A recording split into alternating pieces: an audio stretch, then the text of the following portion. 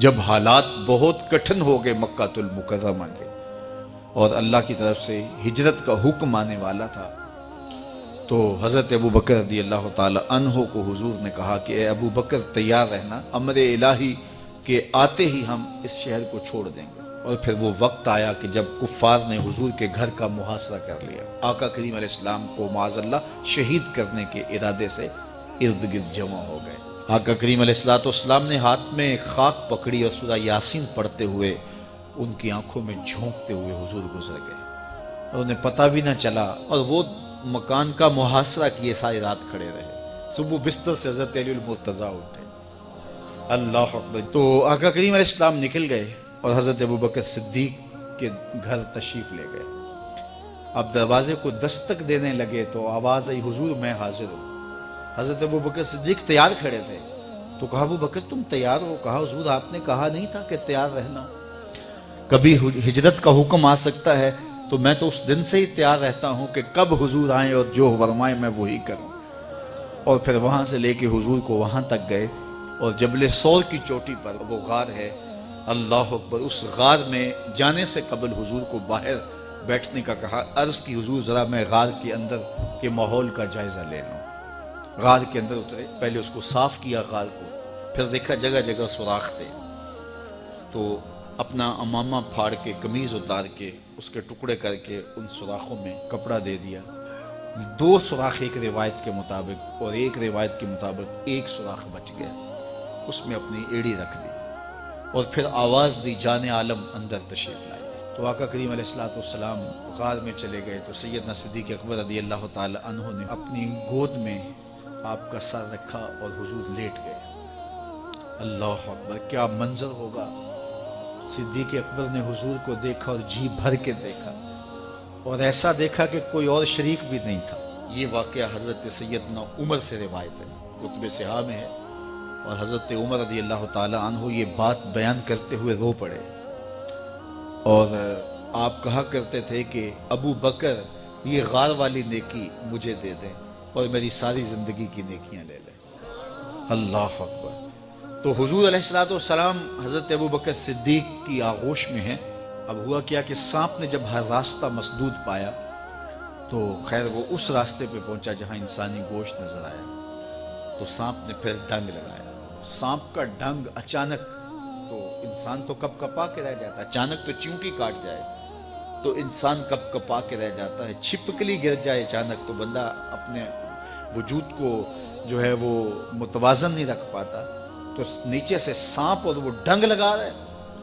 لیکن لفظ سنیے، یہ حضرت عمر کی روایت ہے کہ حضرت سیدنا صدیق اکبر نے اپنی ٹانگ کو جنبش نہیں آنے دی، مخافت ان یتنبہ رسول اللہ، اس ڈر سے کہ کہیں حضور بیدار نہ ہو جائے۔ ساری توجہ ادھر رہی، بے اختیار آنکھوں سے آنسو ڈھلک پڑے، درد کی شدت اتنی تھی، اور آنسو گرے تو حضور کے رخسار پہ۔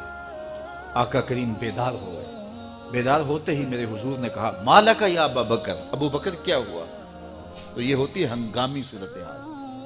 ہنگامی صورتحال میں کسی کو پکاریں یا کسی کو کوئی جواب دیں تو مروجہ آداب کی رعایت کے ساتھ جو لفظ بولے جاتے ہیں وہ ترک کرنے پڑتے ہیں۔ اس مائک میں کرنٹ تھا تو میں قریب ہونے لگا، تو آپ نے مجھے متنبہ کرنا تھا، تو میرے ساتھ آپ بہت پیار کرتے ہیں، بہت محبت کرتے ہیں، تو آپ نے اگر مجھے یہ بتانا ہو کہ اس میں کرنٹ ہے اور اگر آپ نے منہ قریب کر لیا تو آپ کو نقصان پہنچ سکتا ہے، تو میرے نام کے ساتھ 20 القاب لیں گے؟ آپ نہیں لیں گے، آپ جلدی جلدی جو ہے وہ مجھے کہیں گے جناب یہاں کرنٹ ہے، تو میں یہیں سے رک جاؤں گا۔ یہ تو ہے کہ آپ میرے لیے کر رہے ہیں، اور اپنے لیے کسی کو پکاریں تو پھر بھی یہی بات ہے۔ اللہ اکبر۔ اب حضور نے جب کہا نا مالک یا ابا بکر، ابو بکر کیا ہوا، تو اب ہنگامی صورتحال تھی نا، تو فوراً کہتے لدغت، ڈسا گیا، مجھے سانپ نے ڈس لیا، فوراً یہ کہتے نا۔ لیکن حضرت ابو بکر تیری محبت پہ قربان، کائنات میں آپ نے ایسا عاشق نہیں دیکھا ہوگا،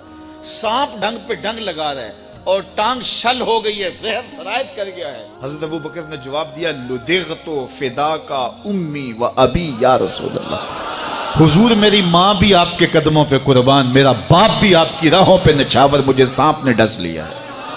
تو اس مشکل وقت کے اندر بھی ادب کا کرینہ نہیں چھوڑا۔ جب معراج کا واقعہ ہوا تو یہ بہت عجیب و غریب واقعہ تھا۔ تو آقا کریم نے جب اعلان کیا کہ بتایا کہ اللہ نے یوں مجھے خلوتوں میں بلایا، تو قریش نے سمجھا کہ اس سے بڑھ کر اور موقع کیا ملے گا پراپیگنڈے کا۔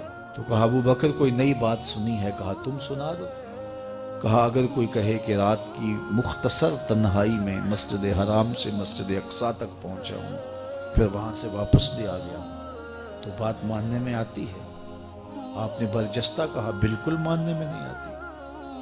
اتنے مختصر وقت میں مسجد اقصیٰ جائے اور پھر پلٹ کے بھی آ جائے، کم از کم 2 ماہ چاہیے۔ 1 مہینہ جاتے ہوئے لگتا ہے، 1 مہینہ آتے ہوئے لگتا ہے۔ کوئی چھو کے بھی آئے تو 2 ماہ چاہیے۔ تو سمجھا کہ لوہا خوب گرم ہو گیا، اب چوٹ ٹکانے پہ بیٹھے گے۔ کہا ماننے میں نہیں نہ آتی؟ کہا بالکل نہیں ماننے میں آتی۔ تو کہا پھر تیرا یار ہی تو کہتا ہے۔ تو حضرت ابو بکر صدیق نے فرمایا وہ واقعی کہتے ہیں؟ ہاں ہاں ہاں انہی کا کہنا ہے۔ تو حضرت ابو بکر بولے لئن قالہ فقد صدق فاصدق، اگر انہوں نے کہا ہے تو سچ کہا ہے، میں تصدیق کرتا ہوں۔ کہا ابھی تو تم کہہ رہے تھے کوئی کہے تو ماننے میں نہیں آتا، کہا کوئی کہے تو اب بھی نہیں مانوں گا، وہ اس سے بھی عجیب کہے تو مان لوں گا۔ اللہ اکبر۔ فبذالک سمی صدیق، علماء نے لکھا یہ وہ وجہ تھی جس کی وجہ سے آپ کو صدیق پکارا جانے لگا۔ معراج کی تصدیق کی اور صدیق کہلائے۔ صدیق تصدیق سے بھی ہے، اور ساری زندگی آپ نے جھوٹ زبان پہ نہیں آنے دیا۔ آپ کی طبع میں جو صداقت رچی بسی تھی، بلکہ ایک مشکل وقت آیا آپ پر، وہ جب حضور علیہ السلام کو اللہ کا حکم ہوا اور ہجرت کر کے حضور مکہ سے مدینہ کی طرف عازم سفر ہوئے، تو حضرت سیدنا صدیق اکبر رضی اللہ تعالیٰ عنہ ساتھ تھے۔ مکہ المکرمہ سے جو مدینہ المنورہ ہے وہ شمال کی جانب ہے، اور غار ثور مکہ المکرمہ سے جنوب کی سمت ہے۔ تو آقا کریم علیہ السلام نے سفر کرنا تھا مدینہ شریف کا، تو شمال کی سمت نہیں گئے بلکہ وہاں سے سفر جنوب کی جانب کیا، اور پھر وہاں سے حضور جو ہے وہ 3 دن گزارنے کے بعد مدینہ المنورہ کی جانب روانہ ہوئے۔ یہ سارے ادھر ڈھونڈتے تھکتے رہے، اور حضور وہاں آرام کرتے رہے، اور 3 دن کے بعد جب ڈھونڈ کے ان کو کچھ نہ ملا، تو آقا کریم وہاں سے نکلے اور سیدھا مدینہ المنورہ کی جانب عازم سفر ہوئے۔ انہوں نے 100 سرخ اونٹ حضور کی گرفتاری کے لیے انعام رکھا ہوا تھا۔ تو مختلف قبائل کے لوگ حضور کو ڈھونڈنے کے لیے نکلے تھے کہ بہت بڑا انعام ہے، 100 سرخ اونٹ ملیں گے۔ ایسے لوگ بھی تلاش کر رہے تھے جو حضور کو جانتے نہیں تھے۔ تو راستے کے اندر حضرت ابوبکر صدیق سے کوئی شخص ملا، اور اسے شک پڑا کہ جن کو میں ڈھونڈ رہا ہوں کہ وہ کہیں یہی نہ ہو۔ تو اس نے حضرت ابوبکر صدیق سے پوچھا آپ کا نام؟ تو انہوں نے کہا میرا نام عبداللہ ہے، ابو بکر ہوں۔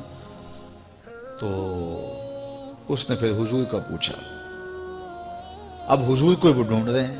آج امتحان آیا نا، صدیق اکبر کی صداقت کا امتحان آ گیا اور عشق کا امتحان آ گیا۔ اگر کہیں یہ حضور ہیں تو عشق گوارا نہیں کرتا کہ یہ گرفتاری عمل میں آئے، اور اگر کہیں کہ یہ حضور نہیں ہیں تو ابو بکر صدیق کیسے رہیں گے؟ آج کل تو وہ سڑکیں بن گئی ہیں اور سائن لگے ہوئے ہیں، آپ اکیلے یہاں سے نکلیں تو جہاں جانا چاہیں خود جا سکتے ہیں۔ اس وقت تو پہاڑی راستے ہوتے تھے، یا تو لوگ قافلوں کے ساتھ چلتے تھے، اور اگر کسی کو ہنگامی طور پہ اکیلے جانا پڑتا تو وہ گائیڈ ساتھ لیتا جو راستے بتاتا۔ اس کو عربی میں ہادی کہتے ہیں، ہادی، رہنما، گائیڈ جو راستہ بتاتا۔ تو حضرت ابوبکر صدیق سے اس نے پوچھا یہ کون ہے آپ کے ساتھ؟ تو حضرت ابوبکر صدیق بولے ھذا ہادی یہدینی الی صراط المستقیم، یہ میرا ہادی ہے جو مجھے سیدھی راہ پہ چلا رہا ہے۔ تو وہ سمجھا یہ وہ والا ہادی ہے، لیکن حضرت ابوبکر صدیق دل و قلب و نگاہ کا مرشد قرار دے۔ جب حالات بہت کٹھن ہو گئے مکہ المکرمہ کے، اور اللہ کی طرف سے ہجرت کا حکم آنے والا تھا، تو حضرت ابوبکر رضی اللہ تعالی عنہ کو حضور نے کہا کہ اے ابوبکر تیار رہنا، امر الہی کے آتے ہی ہم اس شہر کو چھوڑ دیں گے۔ اور پھر وہ وقت آیا کہ جب کفار نے حضور کے گھر کا محاصرہ کر لیا. آقا کریم علیہ السلام کو معاذ اللہ شہید کرنے کے ارادے سے ارد گرد جمع ہو گئے. آقا کریم علیہ السلام نے ہاتھ میں خاک پکڑی اور سورہ یاسین پڑھتے ہوئے ان کی آنکھوں میں جھونکتے ہوئے حضور گزر گئے اور انہیں پتہ بھی نہ چلا، اور وہ مکان کا محاصرہ کیے ساری رات کھڑے رہے. صبح بستر سے حضرت علی المرتضیٰ اٹھے.